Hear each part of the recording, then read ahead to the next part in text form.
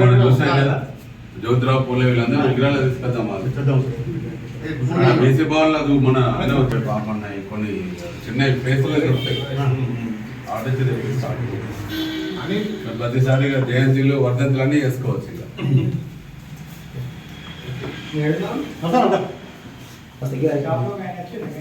మీరు దిగితే ఒక్కొక్కటి స్టేటస్ లో పెట్టుకోవచ్చు, ఫోటో తీసి పంపించండి. ఒకటి బ్యాన్ చేస్తే ఇక్కడ గిట్టుకుంది ప్రోగ్రామ్ ఇక్కడ మంది బాగాలి అక్కడ పెడదామంటే వెళ్తారు ఫోటో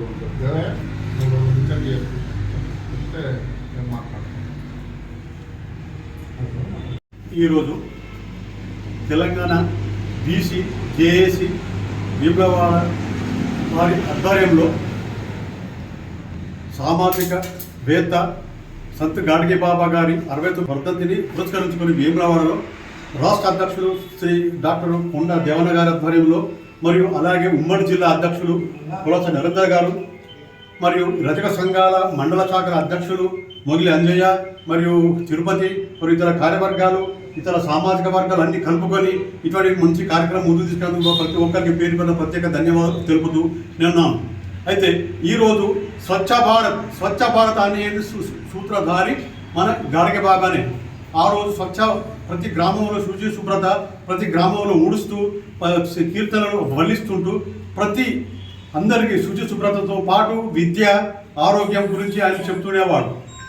ఈయన చేసిన సేవలను అక్కడి మహారాష్ట్ర ప్రభుత్వం గుర్తించి ఈయన పేరు మీద అమరావతి విశ్వవిద్యాలయంను గాడ్గే బాబా గారి పేరు మీద చేయడమని, అలాగే ఆయన చేసిన సేవలను వాళ్ళు పోస్టల్ శాఖ కూడా పెట్టారు. వాళ్ళు స్వచ్ఛ మహాన్ అనే ఒక కార్యక్రమం ఏర్పాటు చేసి ప్రతి సంవత్సరానికి ఒకసారి మన స్వచ్ఛ భారత్ లాగానే వాళ్ళు ఒక కార్యక్రమం గర్వంగా నిర్వహిస్తున్నారు అని తెలుపడానికి నేను సందర్శిస్తున్నాం. ఇటువంటి మహనీయులను మనం ఆదర్శంగా తీసుకొని మంచి కార్యక్రమాలు ప్రతి విలేజ్లో ప్రతి వాడలో చేయాలని నేను ఒకరు సెలవు తీసుకుంటున్నాను. నేడు మహారాజ్ సంత్ గాడ్గే బాబా గారి 69వ వర్ధంతి కార్యక్రమాన్ని వేములవాడ బీసీ సాధికారత సంఘం కార్యాలయంలో ఘనంగా నిర్వహించి సంత్ గాడ్గే బాబా గారి చిత్రపటానికి పూలమాలలు వేసి ఘనంగా నివాళులు అర్పించడం జరిగింది. సంత్ గాడ్గే బాబా గారు మహారాష్ట్రలోని అమరావతి జిల్లాలో జన్మించడం జరిగింది. రజక కులంలో జన్మించిన ఆయనే గొప్ప సంఘ సంస్కర్త. స్వచ్ఛ భారత్ కార్యక్రమాన్ని ప్రారంభించిన మహనీయుడు. రజక కులంలో జన్మించడం ఒక రజకులకే కాకుండా యావత్ బీసీ వర్గానికే గర్వకారణమని ఈ సందర్భంగా తెలియజేస్తున్నాం.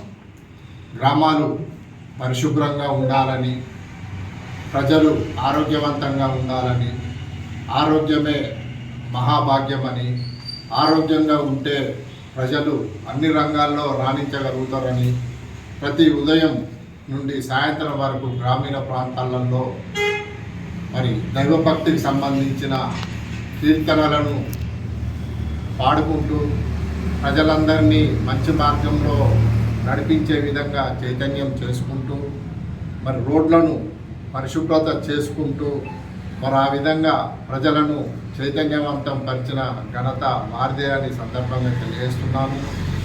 మరి వారి సేవలను మహారాష్ట్ర ప్రభుత్వం గుర్తించి వారి పేరు మీద ఒక విశ్వవిద్యాలయమే కాకుండా మరి వారి పేరుతో పోస్టల్ స్టాంపులను కూడా ముద్రించి మరి ప్రచురించడం జరిగింది.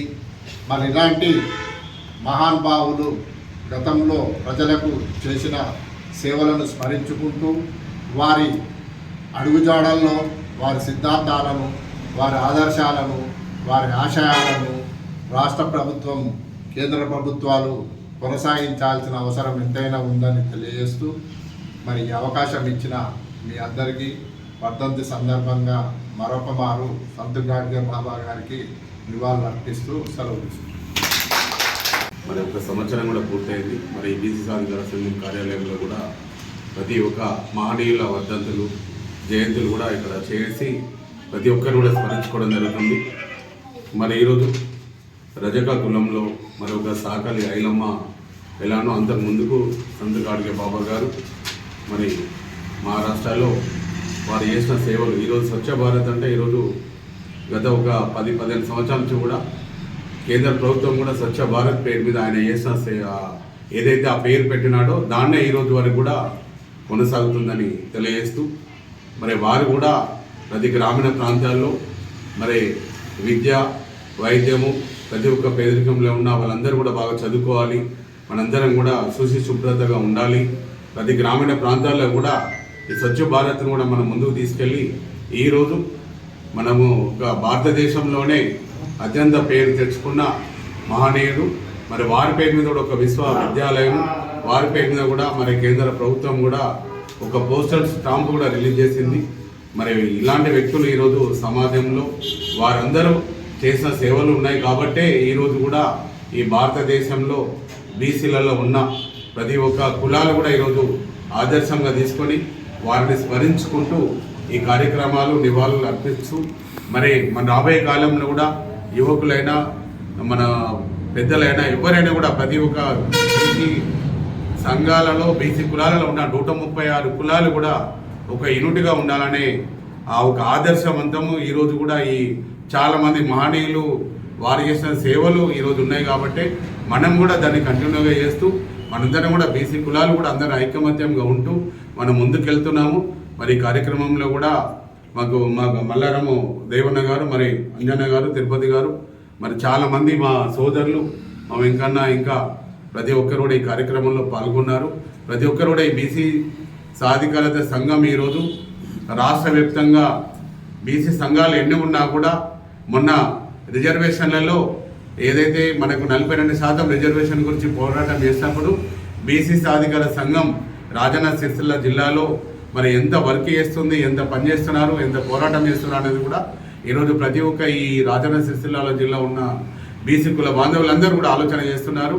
మరి ఒకటే బీసీ సంఘాలు ఎన్ని ఉన్నా బీసీ జేఏసీ ఈరోజు ఆర్ కృష్ణయ్య గారు చైర్మన్గా ఉన్నారు, నేను స్టేట్ కన్వీనర్గా నేను ఉన్నాను. ఇటు మున్నూరు కాపు సంఘం, తెలంగాణ పటేల్ సంఘం కూడా రాష్ట్ర అధ్యక్షులుగా 20 సంవత్సరాల నుంచి పోరాటం చేస్తూ మరి ఈరోజు బీసీలలో ఉన్న 136 కులాలందరినీ కూడా ఒక ఆదర్శంగా పేదరికంలో ఉన్న ప్రతి ఒక్కరికి అండగా ఉండాలనే ఈ సంఘ కార్యాలయం స్థాపించి పొలరిస్త నరేందర్ గారి ద్వారా ప్రతి ఒక్కరికి బీసీకి ఎవరికి ఆపత్తి వచ్చినా కూడా ఒక ఆదుకునేందుకు ఈ ఆఫీసులో మనము పనిచేస్తున్నాము.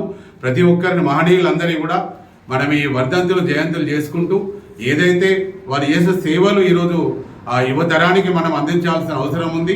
వాళ్ళలో కూడా మార్పు తీసుకొచ్చి వారు ఉన్న సమాజంకు మంచి చేయడం కోసం కృషి చేసేందుకు తోడ్పడుతుందని తెలియజేస్తూ మరి మరొకసారి మన గాడిగే బాబా గారికి 69వ వర్ధంతి నివాళులు అర్పిస్తూ మరి కార్యక్రమంలో పాల్గొన్న బీసీ కుల బాంధవులందరికీ, రజక సోదరులందరికీ కూడా నా హృదయపూర్వక నమస్కారాలు తెలియజేస్తున్నాను.